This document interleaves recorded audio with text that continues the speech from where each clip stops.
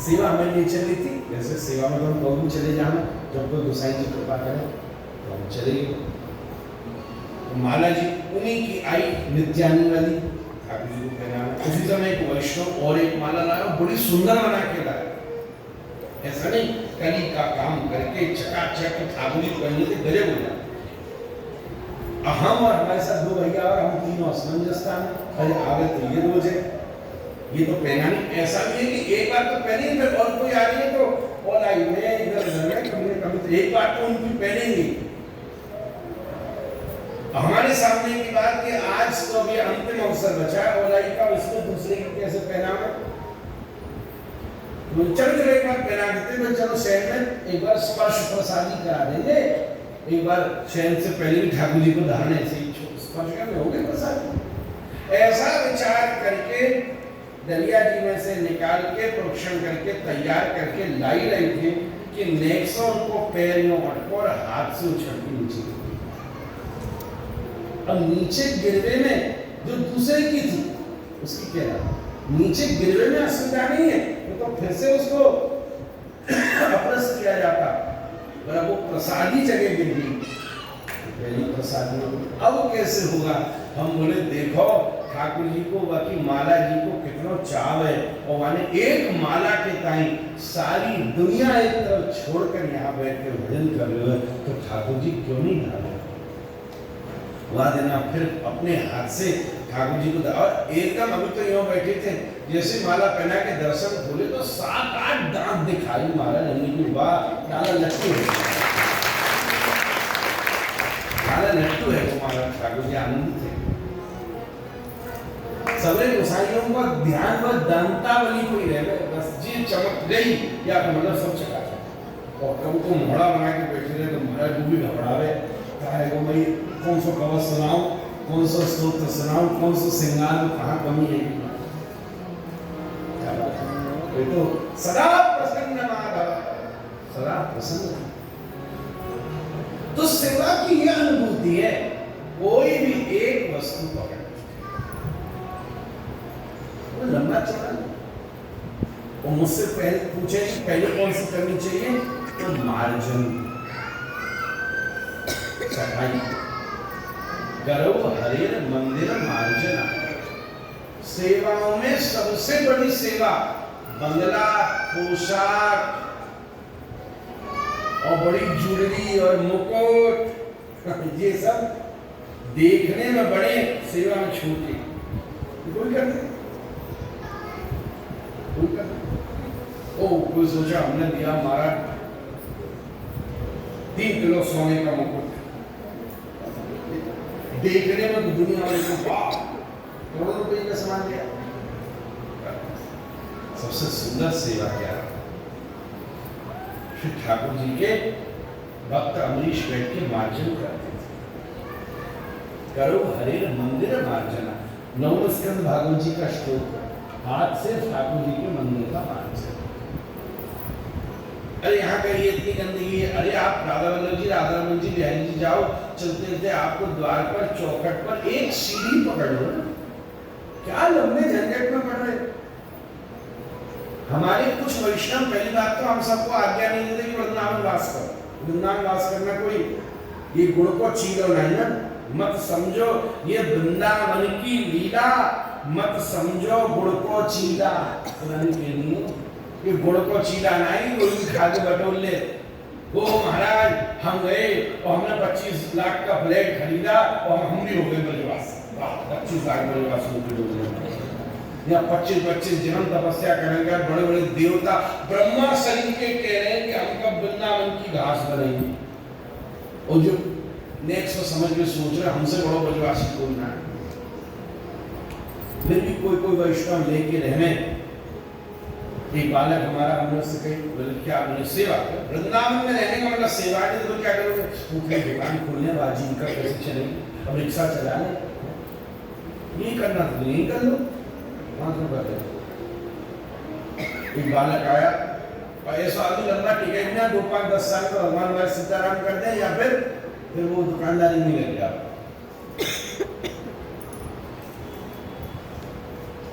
राधा रमन जी के बाहर जब आप प्रवेश करो तो मंदिर के भी बाहर के बाहर जहाँ सफेद सीढ़ी शुरू होती है, मैंने कहा उसकी सबसे पहली सीढ़ी पे जाओ,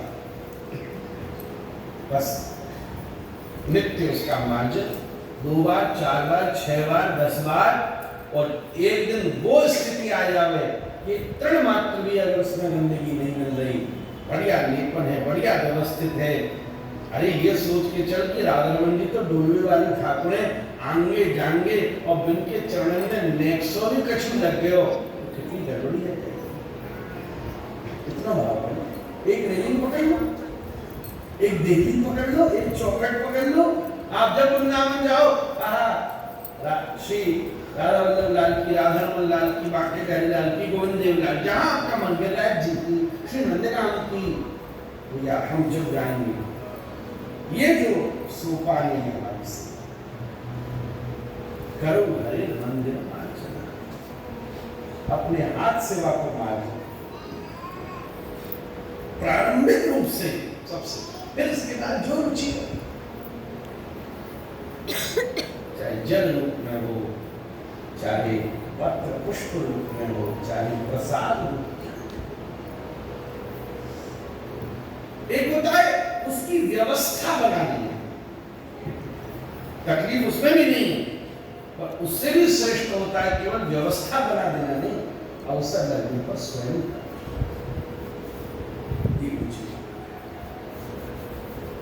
मानो अगर हमारी अन्य क्षेत्र की सेवा है तो हम प्रयास करें, हाँ आराध वास सामान्य होना, आज हम स्वयं जाएंगे, बाजार से सामग्री लेंगे, उसको व्यवस्था लेके मंदिर में दे के आएंगे, और अगर मंदिर में ऐसी सुविधा है तो आज मन कर रहा है, चाहे कोई बड़े से बड़ा सेठ क्यों नहीं है, चलो आज हम कुछ भी नहीं है तो एक काम करो, साथ अमनिया तो कर ही सकते, आज अपने साथ बैठकर अमनिया,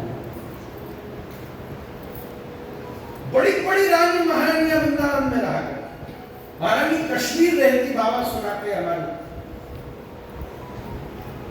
दोपहरी का समय घूंघट डाल के साधारण वस्त्र पहन करके जा रही थी, महात्मा जा रहा था, पहले इतने कोई भीड़भाड़ तो थी नहीं, गनीमत का स्वरूप कुछ कुछ पुराने समय के कुछ बड़े बड़े कुछ लोग अपना घर मकान बना देते थे। वृंदावन में तो ठाकुर जी का स्थान बड़ा होना चाहिए, तो हम सब लोग ही तो व्यवहारिक व्यवस्था को उत्साह दे रहे हैं, ले ले खरीदना बनाना, कोई ये करना नहीं करे तो फिर उसकी वहां रुचि ही नहीं बनेगी किसी के भीतर। जिन गोसाइयों ने, जिन बड़े लोगों ने उस जमाने में 300-400 वर्ष पहले इतने विशाल विशाल गोविंद ने सभी के मंदिर बना दिए, श्री राधारमन लाल का कितना विशाल मंदिर बनवा दिया उस समय, श्री राधारमन लाल का, तो क्या वो उस समय अतिथि लोगों के लिए बड़े बड़े भवनों का निर्माण नहीं कर सकते? पर उन्होंने नहीं किया, क्योंकि वृंदावन को वो केवल भजन स्थली ही रखना चाहते, ये भारत स्थली नहीं रखना चाहते।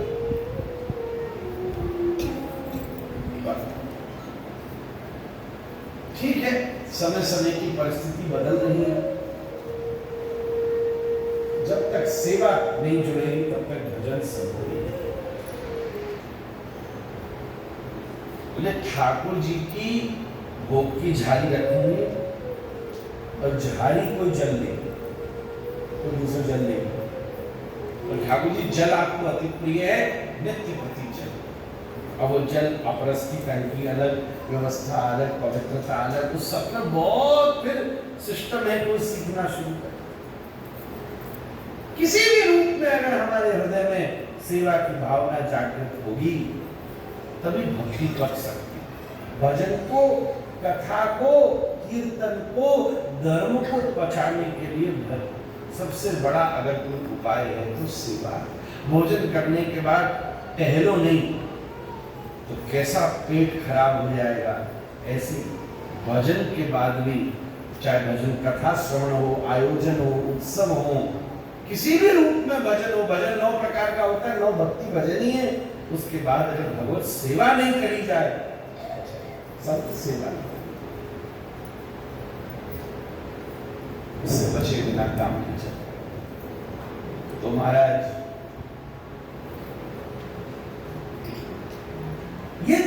ब्रज के प्रेमी जन हैं,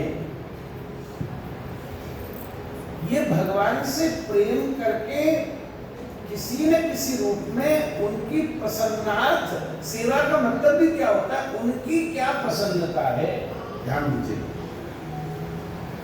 कई बार तो हम सेवा में भी अपनी प्रसन्नता खोजते हैं। अब महाराज घर आए, हमारा थोड़ा सा पानी ना, बस ठीक है, औपचारिकता में 2 बार जरूर आग्रह करके पूछना चाहिए, हमारे पानी मांग। अब अगर वो नहीं पा रहा तो सामने वाला सोचा, अरे महाराज क्या बात है, महाराज कुछ खाया तो ही नहीं, बैठे तो ही नहीं, इन्होंने कुछ पाया तो है ही नहीं। हम कई बार सेवा में भी अपनी ही प्रसन्नता खोजे। हमें तो ऐसे ठाकुर जी से आज ऐसा दर्शन, ब्रज भक्ति का स्वरूप ही यही है कि हम जब निजी प्रसन्नता से ऊपर होकर श्री ठाकुर जी की प्रसन्नता का विचार,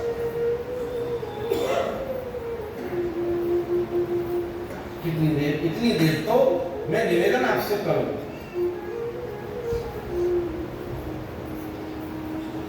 श्री ठाकुर जी की कम से कम 3 आरती कर, 3 भोग कर, श्री ठाकुर जी का नित्य प्रति जब भोग लगे तो जल, श्री ठाकुर जी के मस्तक पर नित्य प्रति नवीन बढ़िया चंदन, आपके सेवा में चंदन, जल, 3 भोग, 3 आरती। अब अगर मानो चित्र की सेवा है, विग्रह की सेवा है, उसके अनुसार थोड़ा श्रृंगार, ठाकुर जी को दिखाने के लिए दर्पण और सामने एक ठाकुर जी की पीक दानी और नित्य ठाकुर जी को बीड़ा, ये 5-7 चीजों से प्रारंभ करके श्री ठाकुर जी की सेवा को हमें करना शुरू करना चाहिए। और हमें एक और विनती कर, कोई वैष्णव अपने जीवन में सेवा प्रारंभ करना चाहता है, कोई घर में पहले से ही ठाकुर जी है तो वही है, नहीं है, परंतु अगर नवीन रूप से श्री ठाकुर जी के सेवा को पधराने की मन में बात आए तो हमें सदा चित्रपट की सेवा से प्रारंभ करना चाहिए। दास भी तो बड़े बड़े संत महापुरुष, हमें तो राधा रमन जी की सेवा तो करनी है, तो श्री राधा रमन जी के तो हम सब जगह नहीं ले जा सकते। अपनी भीतर सेवा में शालिग्राम जी है, उसमें भी राधा रमन जी का ही अनुभव करते हैं, अन्यथा श्री चित्रपट के रूप में श्री राधा रमन जी सदा प्रकाश करते हैं। ये हमारे कथा रमण प्रभु हैं, जो राधा रमण है, जहाँ जहाँ कथा वहाँ ये रमण करते रहते, कथा रमण प्रभु। वैसे भोग लगा, हमने तो सबसे पहले अपने घर में चित्रपट की ही सेवा करनी चाहिए। विग्रह खरीदने की जरूरत नहीं, मैंने हमारी औकात है, आप खूब प्रार्थना करो, हमें भरोसा है, भक्ति में बढ़ना शुरू करोगे, ठाकुर जी आना शुरू हो जाए। किसी संत गुरु के द्वारा श्री ठाकुर जी की दिव्य सेवा को स्वीकार करना चाहिए। फिर जैसी सेवा आवे वैसी सेवा लाड़ लड़ावा। इतना तो कम से कम प्रत्येक वैष्णव को अपने घर में खूब विराजमान होकर भगवत सेवा में सुख लेना चाहिए। देखो, जीवन में कोई पूछेगा इससे क्या होगा, हम आपसे बिल्कुल नहीं कह रहे कि आपकी कामनाएं पूरी होंगी, हो सकता नहीं।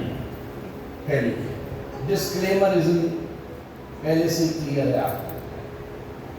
कोई ये सोचे कि आपके दुख दूर होंगे, हमें नहीं पता, बढ़ भी सकते, पहली अलर्ट करो हमारा। कोई सोचे कि हमारी सवरी महाराज कामनाएं पूरी हो जाएंगी, नहीं होंगी, पता नहीं हो जाए तो अच्छी बात है, उन पर इनकी फुर्सत नहीं, तुम्हारी कामनाएं पूरी करते थे हमारे, पहले ही कह रहे। पर जीवन में चाहे खूब सुख हो, चाहे खूब दुख हो, चाहे हर्ष हो, शोक हो, चाहे कामना पूरी हो, चाहे नहीं हो, पर अगर श्री ठाकुर जी की सेवा का सुख बन गया तो जीवन की हर परिस्थिति में आनंद की अनुभूति। हम इन सब माध्यमों से भी तो चाहते तो आनंद ही है। जो सेवा करने वाला व्यक्ति होगा वो हमारी इस बात से सहमत। एक स्वाभाविक आनंद की अनुभूति रहेगी। ठीक है महाराज, ज्यादा दुख है आता रहता है। वो आनंद जो है वो उस दुख को भी झेलने की सामर्थ्य प्रदान करता है। वो आनंद जो है वो सुख को भी झेलने की, दोनों ही खतरनाक बातें हैं। टॉलरेंस ग्रीफ के लिए भी चाहिए, तो टॉलरेंस एक्सट्रीम हैप्पीनेस के लिए भी चाहिए।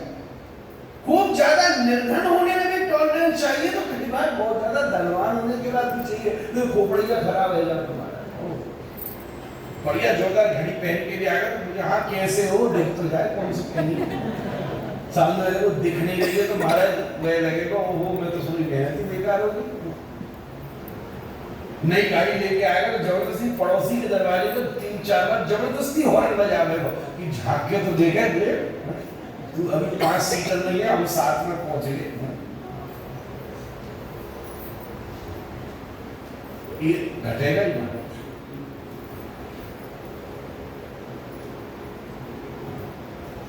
कोई तन दुखी, कोई मन दुखी, कोई धन बिन रहत उदास। अरे थोड़े थोड़े सब दुखी, सुखी राम के।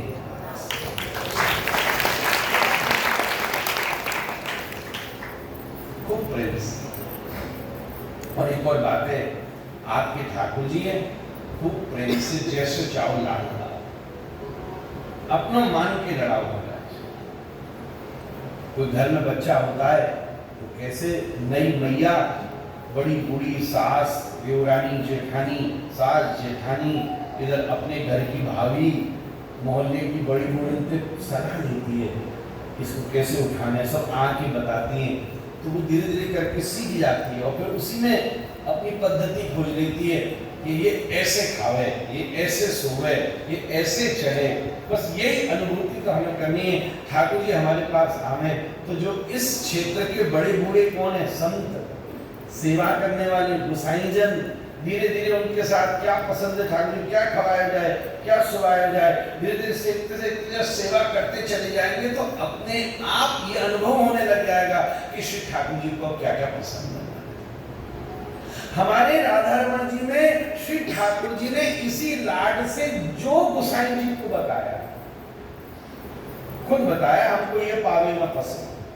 आज 500 वर्ष से श्री ठाकुर जी को अनवरत रूप से वैसे ही भोग करता है।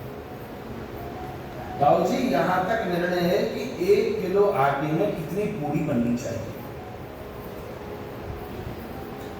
कितनी रोटी बननी चाहिए, कितनी पुड़िया 1 किलो दूध में बनेगी। उससे ये निर्णय है कि वो कितनी पतली होंगी, कितनी मोटी होंगी। मान लो ज्यादा मोटी बन गई तो ठाकुर जी को खाई नहीं जाएगी, ऐसा होना। कितना भात बनेगा, पूरा मेन्यू बढ़िया से बनाए करके दिनों है और फिर जैसो जैसो भोग लगे तो वैसो वैसो बन जाएगा। यार समय ठाकुर जी बस राज भोग पाई रहे होंगे। अब इन्हें तो तपस्या करनी पड़ेगी, हम बुलाए तो दूर से महाराज राधा रमन जी तो महाराज प्रेम स्वामी पर्दा लगाएंगे और बढ़िया सुंदर भात, दाल, कढ़ी, बड़ा, मीठे चावल और फिर उसके बाद में सामान्य चावल और फुल्का, हमारी मोहरा में पानी आएगा महाराज। और बाकी बाद में जोरदार खीर और बाकी बाद में कुल्हैया, हम बजरा से कभी कुल्हैया भी बोलते हैं, कुल्हैया, ये सब ठाकुर जी के। और बढ़िया सुंदर सूखी साग और जितनी सामग्री बनती है भूमि के नीचे उगने वाली किसी वस्तु का प्रयोग। आज तक राधा ने लाल मिर्च नहीं खाया। इस प्रकार परम सात्विक वस्तु प्रसाद रूप में निर्मित होकर, और खीर को तो क्या ही कहना, लकड़ी के ऊपर पुरानी टहनियां बर्तन में सिद्ध भई और स्वयं शांडिल्य गोत्रीय अग्निहोत्र उच्चतम ब्राह्मण कुलोद्भूषण साक्षात श्रीमद गोपाल भट्ट गोस्वामी पट्टाभिषिक्त सब गोसाई जनों के द्वारा हाथ से स्वयं